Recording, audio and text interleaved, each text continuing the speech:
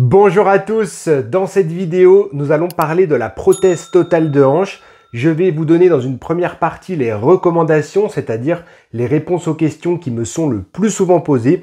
Et dans une deuxième partie, vous aurez un programme d'exercice de rééducation que vous pouvez mettre en place chez vous à la maison pour vous rééduquer. Donc si la théorie ne vous intéresse pas et que vous voulez passer directement à la pratique, je vous invite à vous rendre directement dans la deuxième partie de ce contenu. Tout d'abord, un tout petit peu de théorie pour remettre les choses dans leur contexte. C'est quoi une prothèse totale de hanche? Eh bien, ça représente 150 000 interventions en moyenne chaque année en France, ce qui place la chirurgie de la prothèse totale de hanche dans les premières chirurgies orthopédiques. Les patients qui sont concernés, eh bien pour une partie, ils vont aller en centre de rééducation, d'autres en cabinet libéral, et une partie n'aura pas de rééducation parce que le chirurgien a jugé que ce n'était pas nécessaire, ou le patient n'a pas trouvé de kiné, n'a pas souhaité faire de rééducation, etc. Et c'est vrai que parfois, on voit les patients à 1 mois, 2 mois, après une chirurgie sans rééducation ou une rééducation qui a mal été faite et il y a des lacunes de mobilité, de stabilité, etc. Et du coup, eh bien, ça devient un petit peu plus compliqué dans un second temps de récupérer des déficits qui se sont installés. C'est pour ça qu'aujourd'hui, je vous présente cette vidéo justement pour lutter contre ces troubles qui pourraient s'installer et qui pourraient finalement venir perturber la mobilité de votre hanche et donc votre vie de façon générale, puisqu'au niveau fonctionnel, la hanche ne fonctionnerait plus correctement. Alors, en pratique, comment ça se passe? Eh bien, le chirurgien va tout simplement remplacer une articulation qui n'est plus fonctionnelle, ou en tout cas plus suffisamment. L'articulation, elle a été altérée par plusieurs phénomènes possibles, dont le plus fréquent, c'est l'arthrose, c'est-à-dire l'usure prématurée des surfaces articulaires cartilagineuses, due au vieillissement, à l'avancée dans l'âge. Donc l'articulation n'a plus de cartilage, elle devient raide et non fonctionnelle. Il y a d'autres causes comme par exemple une infection au niveau de l'articulation de la hanche. On peut également avoir des traumatismes avec destruction de l'articulation. Et il y a d'autres pathologies, je vais en citer une, l'ostéonécrose avasculaire de la tête fémorale, qui va aboutir à une articulation dégénérative et donc non fonctionnelle. Donc le chirurgien va intervenir et il va remplacer la partie fémorale par une tête prothétique et la partie du bassin par un cotyle prothétique. On a donc principalement deux pièces, une pièce fémorale et une pièce au niveau du bassin qui va restituer finalement une mécanique de type rotule au niveau de l'articulation de la hanche pour récupérer la mobilité, la stabilité et que vous repreniez tout simplement une vie normale. Petite information, on est sur une durée de vie au niveau des prothèses de 15 à 25 ans. Certains patients ont des prothèses depuis plus longtemps, mais voilà, retenez qu'on est sur des pièces qui sont dans des alliages qui limitent au mieux l'usure du matériel prothétique, mais il y a quand même une usure et du coup il y a une espérance de vie sur la prothèse. Donc à vous d'en prendre soin, de limiter certaines activités, mais on aura l'occasion d'en reparler dans la suite de la vidéo. On passe donc aux recommandations et elles sont au nombre de 4. La première recommandation, c'est les mouvements luxants. Il y a souvent beaucoup de questions par rapport à cela. Les mouvements luxants, il faut comprendre qu'ils se traduisent par le type de voie d'abord que vous avez eu au niveau chirurgical. En fait, il existe plusieurs protocoles de chirurgie et le chirurgien, pour aborder l'articulation, eh bien, il va réaliser une incision qui peut être plus ou moins antérieure ou postérieure. Je vous mets à l'écran les différentes voies d'abord qui sont possibles. Il y en a bien sûr d'autres, vous avez uniquement les principales. Et il y en a une qui fait débat, c'est la voie d'abord postérieure, puisque lorsque le chirurgien va mettre en place le matériel prothétique, eh bien, il va y avoir une fragilisation de la partie postérieure de l'articulation. Et du coup, lorsque l'on va combiner certains mouvements, eh bien, on peut favoriser une luxation. Ces mouvements, c'est la flexion, c'est-à-dire quand on monte le genou vers le haut, c'est l'adduction, quand on rapproche le genou de l'axe central, et la rotation interne, c'est-à-dire quand on fait regarder la rotule vers l'intérieur. Alors peut-être que vous allez me dire, moi ces mouvements-là, je ne les réalise pas au quotidien. Et c'est vrai qu'on fait très rarement cette combinaison de mouvements, mais on peut être amené à faire cette combinaison à partir d'autres segments corporels. Par exemple, lorsque je vais me baisser à partir du tronc pour mettre un bas de contention, pour fermer lacet, etc. Tout simplement mettre une chaussure. Et là, effectivement, à partir du tronc, je fais ma flexion de hanche, ma rotation interne et mon adduction, et je peux donc favoriser un phénomène de luxation. Il y a un autre exemple que l'on voit chez les personnes âgées qui ont des fauteuils profonds et bas. Lorsqu'ils vont s'asseoir tout au fond, eh bien, ils vont être dans une position de flexion de hanche, puisque le genou est au-dessus de l'articulation de la hanche, et au moment où ils se relèvent, eh bien, ils peuvent faire une adduction-rotation interne, et donc favoriser une luxation de l'articulation de la hanche. Il y a également d'autres circonstances, par exemple les rotations importantes. Typiquement, vous êtes en train de marcher, il y a quelqu'un qui vous appelle et vous allez vous retourner sur l'articulation opérée du côté de cette jambe où vous avez votre intervention, et du coup vous allez avoir une rotation interne forcée si vous ne décollez pas le pied du sol. On a également des choses qui sont du bon sens. Et là, je vais vous donner une petite anecdote que j'ai vue il y a quelques années dans un magasin de sport. Je passe devant le rayon pêche, chasse, et je vois un papy qui essaye des bottes, et probablement que la botte était un peu trop petite. Il était assis et il n'arrivait pas à l'enlever. Donc c'est sa femme qui a tiré sur la botte, et en fait en tirant sur la botte, elle a fait une traction au niveau de l'articulation de la hanche et elle lui a tout simplement luxé la prothèse.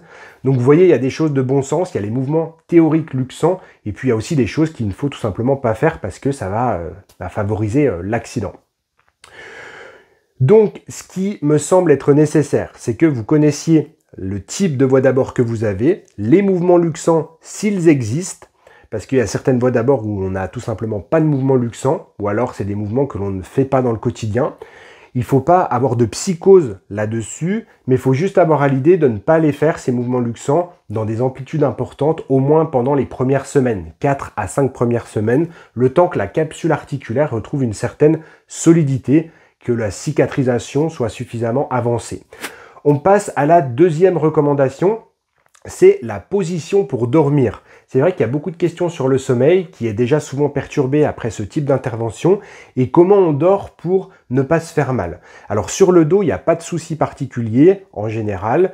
Il faut juste éviter de mettre trop de coussins sous les genoux, ce qui pourrait participer à un enraidissement de l'articulation de la hanche en flexion, et éviter d'être trop en rotation externe, c'est-à-dire en ouverture de jambes, ce qui souvent est une position qui est antalgique, mais on veut éviter justement ces attitudes vicieuses prolongées qui pourraient vous amener à avoir une raideur et à ne pas pouvoir ou à avoir des difficultés à revenir ensuite dans la rotation interne. Donc, autant que possible, on dort les jambes dans l'axe. Sur le côté opposé à l'opération, souvent, c'est cette position qui va être privilégiée. Attention toutefois au mouvement luxant, puisque la jambe opérée se retrouve au-dessus. Et si elle passe devant la jambe non opérée, on arrive dans les mouvements luxants, surtout pour la voie d'abord postérieure, c'est-à-dire la flexion, l'adduction et la rotation interne. Donc c'est pour ça qu'on conseille souvent des coussins au niveau des genoux. Il y a des coussins spécifiques qui permettent d'éviter justement à la jambe opérée d'aller dans ces mouvements luxants. Je vous mettrai des liens si vous voulez dans la description de la vidéo si vous voulez aller y jeter un œil. Dormir sur le ventre, souvent c'est mal toléré, mais il n'y a pas de contre-indication particulière. Et pour les personnes qui ont l'habitude de dormir du côté où ils ont été opérés, c'est souvent un peu compliqué sur les premières semaines parce que la zone est encore sensible, meurtrie. Mais au bout de 3-4 semaines, les patients arrivent à retourner un petit peu de façon spontanée sur le côté de l'intervention. Et il n'y a pas de contre-indication particulière si vous vous sentez bien et qu'il n'y a pas de douleur. Troisième recommandation, il s'agit des aides techniques. Beaucoup de questions par rapport à ça. Quelle aide technique? Comment est-ce qu'on passe d'une aide à l'autre? Eh bien, il y a tout simplement deux critères essentiels, c'est la douleur et l'aspect fonctionnel compensation. Si vous passez d'une aide technique à l'autre et que vous n'avez pas plus de douleur, pas plus de boiterie de compensation, c'est que vous avez le feu vert pour avoir une aide technique qui est moins aidante. Quelle aide technique au départ? Eh bien, ça dépend de votre situation globale, de votre situation avant l'intervention. Ça peut être un déambulateur, ça peut être 2 cannes anglaises, généralement 2 cannes anglaises ou justement ce déambulateur-là. Et on va être dans quelque chose de pendulaire au début, c'est-à-dire qu'on encadre la jambe qui a été opérée et l'aide technique va permettre de décharger le poids du corps pour pouvoir avancer. On passe généralement assez vite sur une marche qui va être une marche en croisée, qui s'apparente à la marche nordique avec les bâtons, sauf que là on est avec les cannes anglaises. Et dès que vous le pourrez, eh bien, vous passerez avec une canne du côté opposé à l'intervention. On peut retourner les cannes pour ne plus avoir d'appui au niveau de l'avant-bras et donc avoir une aide technique qui est tout simplement moins aidante. Et dès que vous vous sentez, eh bien, vous pouvez tout simplement faire le sevrage des aides techniques, d'abord dans un périmètre restreint, et puis petit à petit pour des marches, des activités qui seront de plus en plus éloignées. Mais retenez bien qu'il ne faut pas griller les étapes et on passe d'une aide technique à l'autre, d'une aide moins aidante, lorsqu'on n'a pas de compensation, ou très peu en tout cas, et surtout pas de douleur.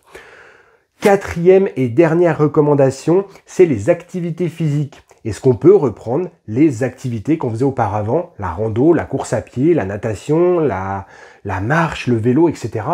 Oui, il n'y a aucun problème à cela, pas de contre-indication. J'ai des patients qui reprennent le footing au bout de quelques mois, des patients qui reprennent le ski alpin, qui reprennent les raquettes, la randonnée, le vélo. Il n'y a pas de contre-indication. Mais parfois, au cas par cas, il y a des patients qui ne peuvent pas. Parce qu'ils ne retrouvent pas de fluidité, parce qu'ils sont parfois pas rassurés, qu'ils veulent tout simplement pas. Mais dans la théorie, vous pouvez reprendre toutes les activités. Il n'y a pas de contre-indication particulière, d'autant plus si votre chirurgien vous a donné le feu vert. Il faut juste que vous soyez prêt et c'est là aussi l'intérêt de se faire accompagner par un professionnel de santé qui va justement vous préparer à la reprise de ces activités-là, à vous conseiller et à vous donner les bons exercices pour que votre corps soit prêt pour la reprise du ski, du vélo, etc. Voilà pour les recommandations. On passe tout de suite au programme d'exercice. Le programme d'exercice, il vise à travailler la mobilité pour retrouver une hanche qui bouge bien en tous sens. La stabilité, notamment avec le renforcement musculaire, et l'aspect fonctionnel, c'est-à-dire que vous repreniez tout simplement une vie normale avec aisance en ne pensant plus au fait que vous avez une prothèse totale de hanche. Je vais vous donner plusieurs positions avec des exercices d'étirement, de renforcement. Je ne vais pas vous donner à chaque fois le nombre de répétitions et le temps de maintien, mais retenez que pour les étirements, on est sur du 3 x 15 secondes et pour les répétitions, 3 x 15 répétitions. Il y a des exercices qui seront peut-être difficiles à réaliser dans un premier temps. Ne vous inquiétez pas, c'est tout à fait normal. Vous y reviendrez plus tard, au bout de quelques jours ou au bout de quelques semaines. Mais voilà, rassurez-vous, vous ne réaliserez pas avec aisance tous les exercices à quelques jours de l'intervention que je vais vous montrer. On commence avec la position allongée qui est très adaptée suite à l'intervention et on peut commencer par un mouvement de triple flexion. Donc vous allez tout simplement ramener votre jambe dans l'axe vers vous. Vous pouvez dans un premier temps vous aider du drap, du matelas ou du tapis de gym si vous êtes sur tapis de gym pour avoir un support au niveau du talon et tout simplement faire glisser votre jambe. Vous faites des mouvements de va-et-vient pour explorer toute l'amplitude articulaire de la flexion et du retour de flexion. Si vous êtes à l'aise avec cet exercice, vous pouvez perdre le contact avec le support et du coup travailler davantage la partie musculaire, toujours dans des mouvements de va-et-vient, de flexion et de retour de flexion. Si vous sentez que vous avez une raideur dans la flexion articulaire, vous pouvez vous aider d'une serviette pour compléter quelques degrés de flexion en fin de mouvement. Attention, restez bien dans l'axe, ne forcez pas et ne rentrez pas dans une combinaison de mouvements luxants, d'adduction, rotation interne et de flexion. En tous les cas, ne forcez pas dans la douleur. On peut, dans cette position, remettre sa jambe allongée et faire des mouvements d'écartement et de rapprochement. Abduction, adduction. Veillez à bien garder la rotule vers le haut, c'est-à-dire à ne pas associer de rotation à ce mouvement d'écartement-rapprochement. Vous explorez là aussi toute l'amplitude articulaire qui est disponible sans rentrer dans un phénomène de douleur. On peut se remettre en position initiale jambes tendues et on peut faire de la rotation interne, rotation externe. Donc en fait, vous allez faire des roulés au niveau de votre jambe, rouler vers l'intérieur, donc la rotule regarde à l'intérieur et rouler vers l'extérieur, la rotule regarde vers l'extérieur. Il y a un dernier exercice en position allongée, c'est le pont fessier. Donc là, vous allez décoller le bassin vers le haut et vous pouvez compléter cet exercice en mettant un petit ballon mou entre les jambes pour solliciter également les adducteurs puisque le pont fessier va solliciter les muscles postérieurs, grand fessier, ischio-jambier et le fait de mettre un ballon, ça permet de compléter la sollicitation musculaire avec les adducteurs. Vous montez le bassin vers le haut, donc dans l'idéal, un alignement genou, hanches et également des épaules. Vous maintenez quelques secondes et vous redescendez. Et comme je vous l'ai dit au début de ce programme, vous faites 3 séries de 15 répétitions. Si c'est douloureux, si ça fatigue avant, vous diminuez tout simplement le nombre de répétitions par série. Voilà pour la position allongée. On peut rester sur le tapis de gym ou au lit et passer sur le côté. Sur le côté, il y a un exercice qui est intéressant, c'est l'exercice du moyen fessier. Donc vous allez tout simplement vous mettre sur le côté controlatéral à l'intervention chirurgicale, jambes opérées au-dessus, et vous allez écarter, jambes tendues, en veillant à bien rester dans l'axe. C'est-à-dire pas de rotation au niveau de la hanche et pas de flexion. C'est souvent la flexion qu'on va venir chercher pour compenser. Donc on essaie de bien garder la hanche dans une position qui est neutre de flexion-extension. Si l'exercice est trop dur, vous pouvez tout simplement faire une flexion de genou pour avoir moins de levier au niveau de l'articulation de la hanche. Donc vous faites vos écartements de hanche avec le genou fléchi. Voilà pour les exercices en position allongée au lit, sur le dos et sur le côté. On peut passer ensuite à la position assise. Position assise, elle a l'avantage de faire partie finalement de notre quotidien et on peut mettre en place plutôt facilement ce type d'exercice. En plus, c'est des exercices qui sont plutôt bien tolérés. En position assise, vous pouvez faire des flexions de hanches. Donc vous allez tout simplement lever le genou vers le haut. L'avantage, c'est qu'on est déjà dans une flexion à 90 degrés lorsqu'on est assis. Donc ça permet vraiment d'aller travailler la flexion au-delà de 90 degrés. Donc ça, vous le faites sur vos 3 séries. On peut ensuite faire de l'extension au niveau du genou, plutôt pour un réveil du muscle quadriceps. Là aussi, vous pouvez faire une flexion de la cheville, pointe du pied remontée, pour étirer le mollet au passage et donc travailler sur la mobilité de la jambe. On peut faire du rapprochement, donc on peut reprendre le ballon qu'on avait dans l'exercice précédent lorsqu'on était en position pont fessier et on va tout simplement venir comprimer ce ballon entre les 2 genoux et relâcher. Donc vous gardez une contraction statique de 3-4 secondes environ. Et on peut travailler l'écartement. Donc l'écartement, c'est avec un élastique. Dans l'idéal, un élastique circulaire, mais vous pouvez très bien faire un nœud sur un élastique linéaire. Et on va venir placer l'élastique en tension, les 2 genoux collés. Et l'objectif, ça va être d'écarter les 2 genoux l'un de l'autre pour solliciter les muscles abducteurs et notamment les moyens fessiers. Voilà pour les principaux exercices que je voulais vous montrer en position assise. On va passer ensuite sur une position au sol que l'on appelle chevalier servant. Alors c'est une position que je ne vous recommande pas juste après l'opération parce que ça nécessite de se mettre au sol et c'est parfois difficile de se relever. Donc faites ce mouvement mais plutôt quelques jours ou quelques semaines après l'intervention. C'est un mouvement, position chevalier servant, qui s'apparente au mouvement de l'étirement du muscle psoas-iliaque. Donc la jambe opérée est en arrière. Et ce qu'on va vouloir faire, c'est une extension de l'articulation de la hanche. Donc on fait une fente avant avec le genou qui est devant, ce qui entraîne une extension de la hanche qui est en arrière.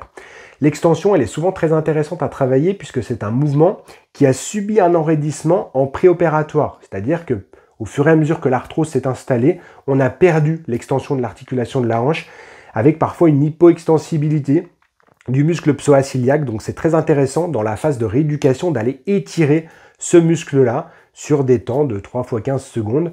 Bon, vous pouvez le faire du côté opéré. Après, si vous voulez le faire de l'autre côté, soyez juste vigilant parce qu'on arrive sur des mouvements où on peut être dans une association de mouvements luxants pour les voies d'abord postérieures. Donc dans un premier temps, privilégiez vraiment la jambe opérée en arrière et quand vous serez beaucoup plus à l'aise, 3-4 semaines plus tard, vous pourrez le faire du côté controlatéral, mais je vous ne recommande pas de le faire dans un premier temps de cette façon-là. On peut enchaîner la position chevalier servant avec la position 4 pattes. Et là, 2 exercices qui me paraissent être très intéressants, c'est l'extension de hanche. Donc là, vous pouvez le faire bien entendu des 2 côtés. Donc vous faites une extension de la jambe et vous essayez d'avoir une position neutre au niveau du membre inférieur. C'est-à-dire que vous êtes à 0 de flexion-extension, ce qui permet d'aller solliciter notamment le muscle grand fessier. Et puis on peut enchaîner avec un deuxième exercice, c'est l'écartement sur le côté qui permet de renforcer le muscle moyen fessier. Et on sait que ces muscles-là sont très importants à renforcer puisque ce sont des stabilisateurs du bassin et ils sont essentiels pour retrouver une bonne fonction au niveau de l'articulation de la hanche. Comme tous les mouvements d'écartement, soyez vigilants à ne pas compenser. Pas trop de flexion et pas trop de rotation, et notamment de rotation interne. C'est vrai que quand on fatigue, on est tenté de faire une rotation interne, donc d'amener le genou vers l'intérieur. Et ça, il faut éviter si on veut avoir un travail efficace sur le moyen fessier. On passe à la position debout, et là, il y a pas mal d'exercices qui sont intéressants. Le premier, c'est le renforcement des triceps, le triceps sural. Donc vous pouvez le faire dans un premier temps des deux côtés, et puis dès que ça va, vous pourrez le faire que d'un côté, en alternant, côté opéré, et puis l'autre. Alors, ils ne sont pas forcément déficitaires, ces muscles triceps, mais c'est intéressant en post-opératoire de venir les travailler parce que souvent, vous avez une baisse d'activité physique, vous avez vos bas de contention, vous avez vos anticoagulants, et ça, c'est présent pour éviter le risque de phlébite. Et du coup, ce qu'on veut, c'est faire circuler le sang au niveau des membres inférieurs. Et le renforcement, la contraction des muscles triceps peut être intéressante parce qu'ils vont agir un petit peu comme des éponges qu'on comprime et ils vont justement relancer un peu ce phénomène circulatoire. Donc, vraiment, en post-opératoire, n'hésitez pas à faire ces mouvements. Vous pouvez alterner le mouvement de renforcement avec le mouvement d'étirement. Donc, vous placez en fente, jambes en arrière à étirer et vous veillez à ne pas décoller le talon. Vous allez jusqu'à percevoir un état de tension au niveau de la région du mollet et vous maintenez pendant 15 secondes, 3 fois de chaque côté. On peut ensuite passer tout simplement à des mouvements analytiques de flexion. Donc vous montez le genou vers le haut. On peut faire un niveau de difficulté supplémentaire en mettant un poids lesté, mais si vous le faites déjà au poids du corps chez vous à la maison, c'est déjà très bien. Mais vous pouvez mettre un poids lesté pour davantage de sollicitation au niveau du système musculaire. On peut faire dans la même idée l'écartement, donc on renforce encore une fois les abducteurs, mais cette fois-ci en position debout. Et là aussi, vous pouvez mettre, si vous le souhaitez, un poids lesté. Soyez progressif dans les poids lestés, puisqu'on a un bras de levier qui est quand même important quand on met le poids lesté au niveau de l'articulation de la cheville. Donc un faible poids entraîne un niveau de difficulté qui est souvent assez important. Donc allez-y très progressivement. Et on peut également faire de l'extension. Donc l'extension, attention à ne pas compenser, il faut bien garder le tronc droit et on vient tout simplement amener la jambe en arrière. Là aussi, vous pouvez mettre un poids lesté. On peut travailler les squats. Donc les squats, vous pouvez les faire squats classiques. Si les squats sont trop difficiles dans leur amplitude complète, vous pouvez faire des quarts de squat ou des demi-squats. Et c'est intéressant au début pour ne pas trop se soucier de son positionnement, de le faire avec un ballon face à un mur.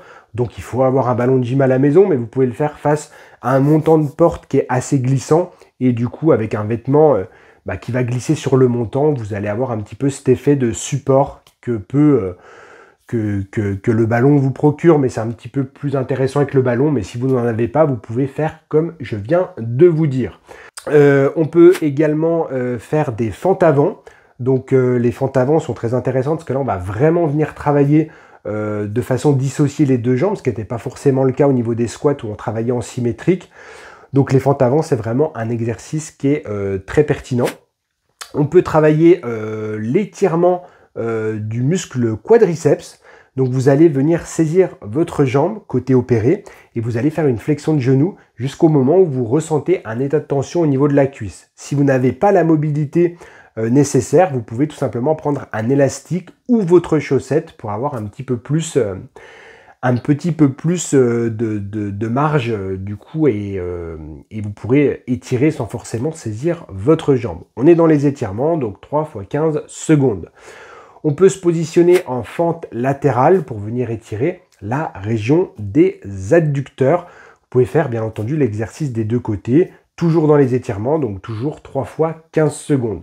Les adducteurs, veillez à bien rester dans l'axe. Vous devez percevoir tout simplement un état de tension à l'intérieur de la cuisse au niveau de la région des adducteurs.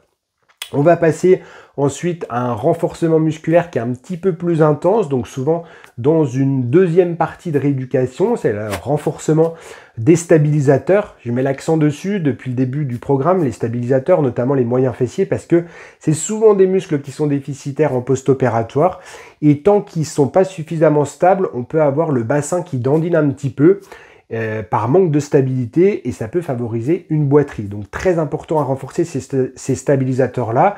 On les a vus dans à peu près toutes les positions et là on peut le faire en position debout. On met un élastique circulaire juste au-dessus des genoux. On déverrouille la jambe d'appui et de toute façon, on va faire l'exercice des deux côtés. Donc, la jambe d'appui, initialement, peut être la jambe non opérée. Et dans cette position, vous allez écarter la jambe qui est en non-appui. Et vous allez faire un mouvement lent dans toute l'amplitude disponible sans compensation, 15 fois, 3 répétitions, et ce de chaque côté.